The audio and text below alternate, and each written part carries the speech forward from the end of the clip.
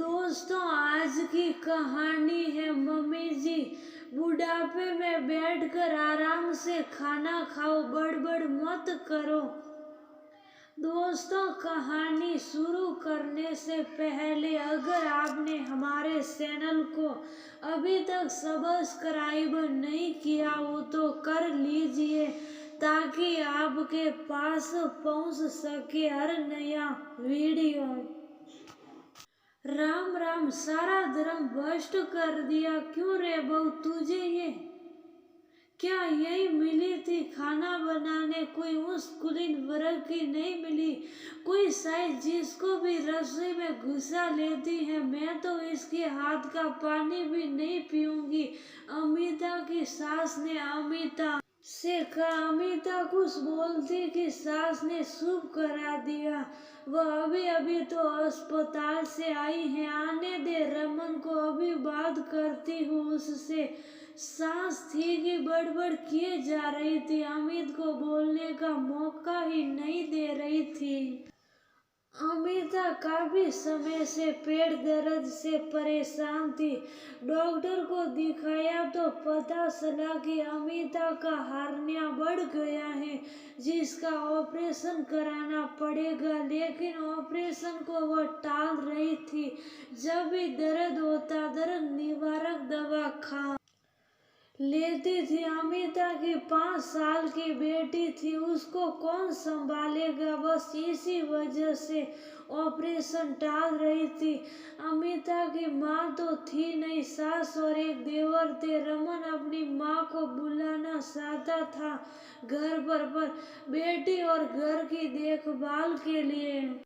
रमन ने माँ से बात की तो माँ बोली, बेटा थोड़ा रुक जाओ, ठंड बहुत पड़ रही है, थोड़ी ठंड कम हो जाने दे फिर करवाना ऑपरेशन, तभी मैं आ जाऊंगी। रमन लखनऊ में नौकरी करता था और माँ इलाहाबाद के पास एक गांव में रहती थी। रमन बोला, ठीक है माँ, लेकिन एक रात अमिता के पेट में भयंकर दर्द उठा तो रमन उसको लेकर अस्पताल पहुंचा।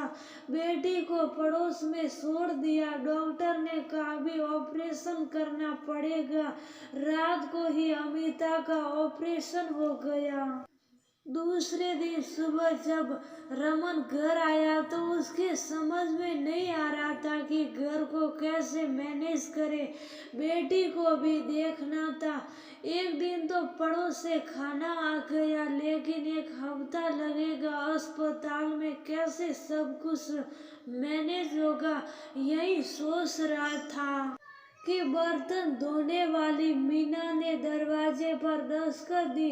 मीना को देखकर रमन खुश हो गया। वह सोचने लगा क्यों ना इसी से सारा काम करवा लिया जाए। अमिता को भी पतली खिचड़ी देना था, बेटी को भी खाना खिलाता था। रमन ने मीना से बात की, सुनो मीना, अमिता का तो ऑपरेशन हुआ है, सुनो जरा घर समेट दो, सफाई कर दो और अमिता के लिए पतली खिचड़ी बना दो और मेरे लिए रोटी सब्जी बना दो। मीना ने सब काम सलीके से कर दिया। अब तो रोज ही मीना सारा काम कर देती थी। रमन की माँ को जब पता चला कि अमिता का ऑपरेशन हो गया है तो अपने छोटे बेटे को लेकर रमन के घर आ गई। घर में आकर जब मीना को काम करते देखा तो बरस पड़ी, सारा धर्म भ्रष्ट कर दिया, सब कुछ छू लिया। अमिता की आज छुट्टी कराकर रमन उसको घर पर छोड़कर कुछ दवा वगैरह लेने चला गया। रमन जब वापस आया तो माँ को बड़बड़ करते सुना। रमन बोला, क्या हो गया माँ? माँ फिर से बीमार पड़ी, सब इसके हाथ से सूख गया, मैं तो खाना नहीं खाऊंगी। रमन बोला, क्या हो गया माँ? तुम किस जमाने में जी रही हो? इसी ने संभाला हुआ है घर एक हफ्ते से, और क्या लगा रखा है? सूख गया, क्या हो गया? साफ सुथरी है, ना धोकर आती है, सफाई से काम करती है, ये न करती तो कैसे होता। आप आ गई तो ठीक है, अभी तो अमिता कुछ काम नहीं कर पाएगी और आपके भी घुटनों में दर्द रहता है। आप अकेले घर, मुझे, अमिता और बेटे को सब कुछ कैसे संभालोगी।